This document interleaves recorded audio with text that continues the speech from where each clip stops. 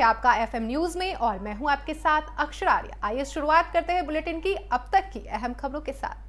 प्रधानमंत्री Narendra Modi video conferencing के जरिए जयपुर में central institute of petrochemicals technology का उद्घाटन किया। साथ ही पीएम मोदी ने राजस्थान में 4 मेडिकल कॉलेजों का शिलान्यास भी किया।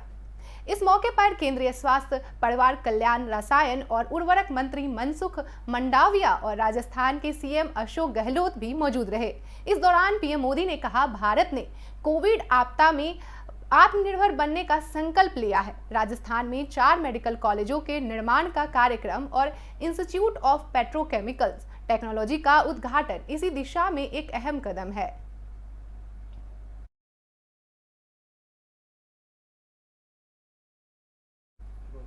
उत्तर प्रदेश में विकास कार्यों का स्थलीय निरीक्षण करने के साथ ही कानून व्यवस्था की समीक्षा करने के लिए मुख्यमंत्री योगी आदित्यनाथ इन दिनों मिशन मोड में हैं।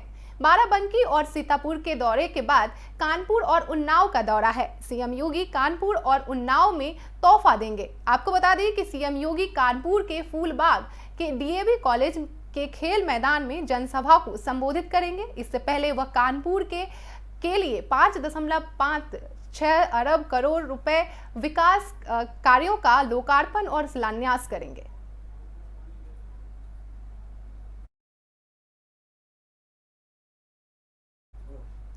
यूपी में विधानसभा चुनाव जैसे जैसे नजदीक आता जा रहा है, राजनीतिक सरगर्मियां बढ़ने लगी हैं।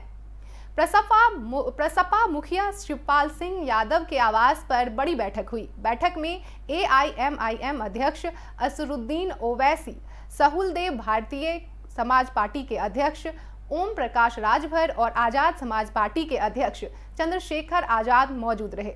बैठक में छोटे दलों का गठबंधन बनाने को लेकर चर्चा हुई। बैठक में सपा मुखिया अखिलेश यादव भी बातचीत करने के लिए चर्चा हुई।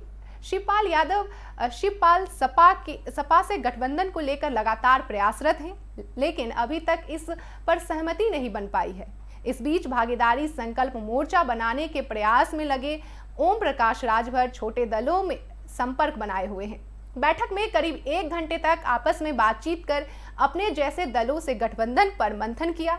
गठबंधन में किसको कितनी सीटें जाएंगी, इस पर भी चर्चा हुई। बताया जा रहा है कि दल के आधार पर सीट बंटवारे पर बातचीत चल रही है। खास प्रभाव वाले क्षेत्रों में उस दल के लिए सीट छोड़े जाने पर विचार विमर्श हुआ। अगर ये गठबंधन बना तो यूपी में सियासी समीकरण में बड़े बदलाव होंगे।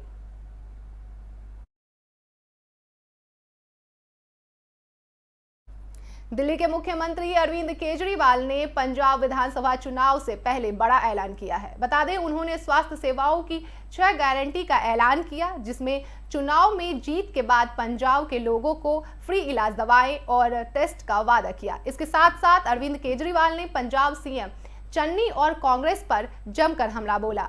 केजरीवाल ने कहा कि क्या नवजोत सिंह सिद्धू आप में आएंगे? इस पर केजरीवाल ने कहा कि यह काल्पनिक सवाल है। पंजाब के लोगों ने उम्मीद करके कांग्रेस की सरकार बनाई थी, लेकिन आज सरकार नाम का कुछ दिखाई नहीं दे रहा है। इन्होंने सरकार का तमाशा बना दिया और सत्ता की गंदी लड़ाई चल रही है। दिल्ली सीएम ने आगे कहा कि आम आदमी पार्टी पंजाब की तरक्की के लिए प्लानिंग कर रही है। सरकार बनने के बाद आप क्या करेगी, इसकी प्लानिंग बना रहे हैं। इससे पहले 300 यूनिट बिजली मुफ्त करेंगे।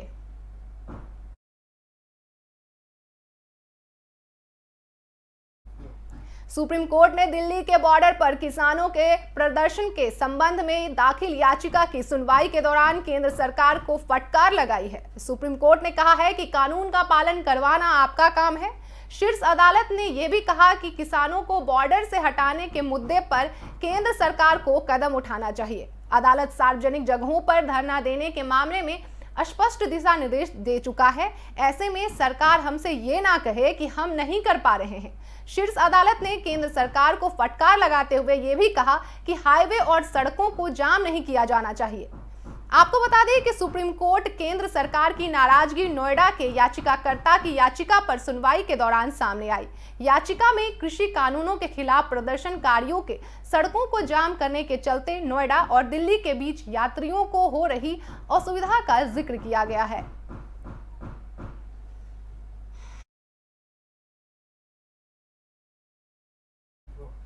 गोरखपुर में कानपुर के व्यापारी की हुई मौत के बाद इस मामले ने राजनीतिक तूल पकड़ लिया है। तो वहीं कानपुर में सपा प्रमुख अखिलेश यादव ने पीड़ित परिवार से मुलाकात की। मृतक मनीष गुप्ता के घर के बाहर समाजवादी पार्टी के कार्यकर्ताओं का हुजूम लगा हुआ है। बता दें कि मनीष गुप्ता कानपुर का रहने वाला प्रॉपर्टी डीलर था, लेकिन गोरखपुर में पुलिस की पिटाई में उसकी मौत हो गई। इस मामले में 3 पुलिस वालों समेत कुल 6 लोगों पर हत्या का केस दर्ज हुआ है। इसके अलावा 6 पुलिस वालों को अब तक सस्पेंड किया जा चुका है।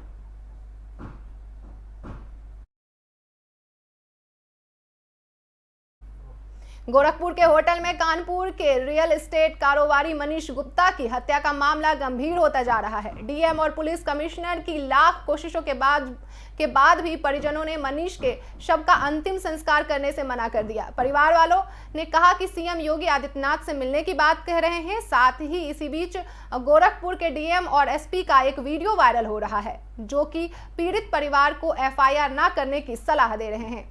सबसे बड़ा सवाल यही है कि डीएम और एसपी आरोपियों को बचाने का प्रयास क्यों कर रहे हैं।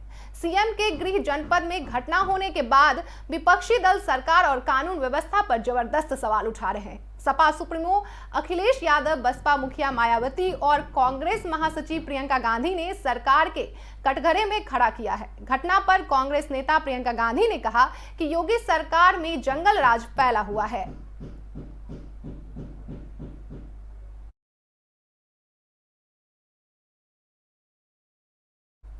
कानपुर के व्यापारी मनीष गुप्ता की गोरखपुर में पुलिस की पिटाई से मौत का विवाद बढ़ता जा रहा है। मनीष गुप्ता की पोस्टमार्टम रिपोर्ट आई, जिसमें पुलिस की बर्बरता सामने आई। उनके चेहरे, सिर और शरीर के अन्य हिस्सों में गंभीर चोटें आने का निशान है। मनीष गुप्ता के शरीर पर गंभीर चोट के 4 निशान हैं। वहीं मृतक की पत्नी मीनाक्षी गुप्ता ने प्रशासन के सामने 3 मांगे रखी हैं। इसमें सबसे पहली मांग है कि केस को आगे की कार्रवाई के लिए कानपुर ट्रांसफर किया जाए। दूसरी मांग यह है कि परिवार के एक व्यक्ति को सरकारी नौकरी दी जाए, जबकि तीसरी मांग यह है कि 50 लाख रुपए का मुआवजा दिया जाए।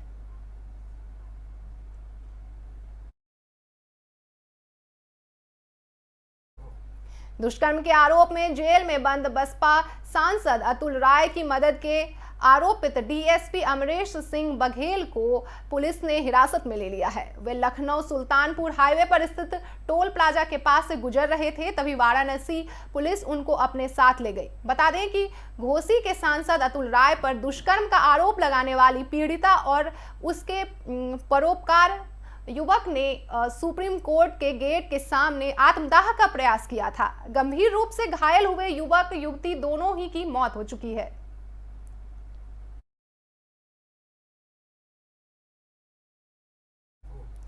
बीजेपी 2022 के विधानसभा चुनाव में सत्ता की दोबारा वापसी के लिए अपने संगठन से जुड़े सभी घटकों को सक्रिय कर रही है। इसी कड़ी में बीजेपी के युवा मोर्चा के राष्ट्रीय अध्यक्ष और बेंगलुरु के दक्षिण से बीजेपी सांसद तेजस्वी सूर्या आज अयोध्या दौरे पर हैं। राष्ट्रीय अध्यक्ष तेजस्वी सूर्या रामलला के दर्शन करेंगे।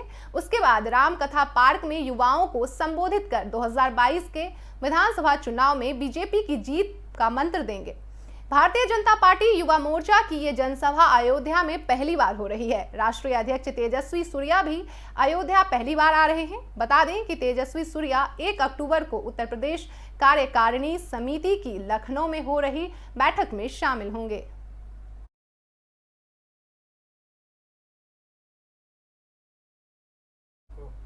कोरोना महामारी के बीच त्योहारी सीजन को देखते हुए राजधानी में 6ठी और 8वीं तक की कक्षाओं के लिए स्कूल खोलने का फैसला टाल दिया गया है। अब त्योहारी सीजन के बाद ही स्कूल खोले जाएंगे। वहीं रामलीला मंचन और दुर्गा पूजा आयोजन को कोरोना नियमों के पालन की शर्त पर मंजूरी दे दी गई है। उपराज्यपाल अनिल बैजल की अध्यक्षता में हुई दिल्ली आपदा प्रबंधन प्राधिकरण की बैठक में ये फैसला लिया गया। डीडीएमए के मुताबिक दिल्ली में कोविड बहुत हद तक काबू में है, लेकिन सावधानी बरतना अभी भी जरूरी है। बैठक के दौरान दिल्ली पुलिस और जिला प्रशासन के अधिकारियों को त्योहारी सीजन के दौरान कोरोना नियमों को सख्ती से लागू करने के निर्देश भी दिए गए हैं। इसके तहत त्योहारी सीजन के दौरान एक ही स्थान पर जमा होने वाली भीड़ से बचाव करने के साथ दशहरा और दुर्गा पूजा में सामाजिक दूरी का पालन कराने को कहा गया।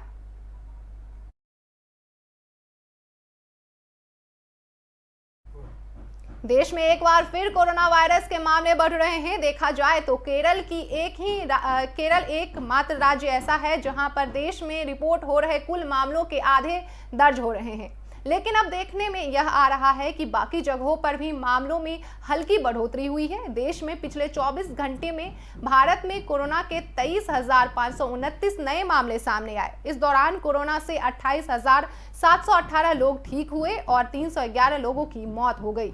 इस आंकड़े के साथ ही अब तक देश में मिले कुल कोरोना मरीजों की संख्या 3.33 करोड़ के पार पहुंच गई है।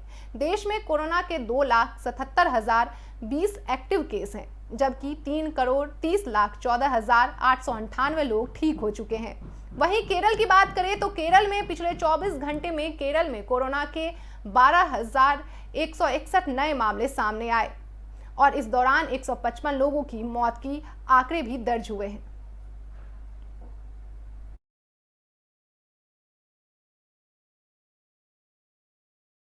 इस बुलेटिन में फिलहाल इतना ही। खबरों का सिलसिला जारी रहेगा। आप देखते रहिए FM न्यूज़।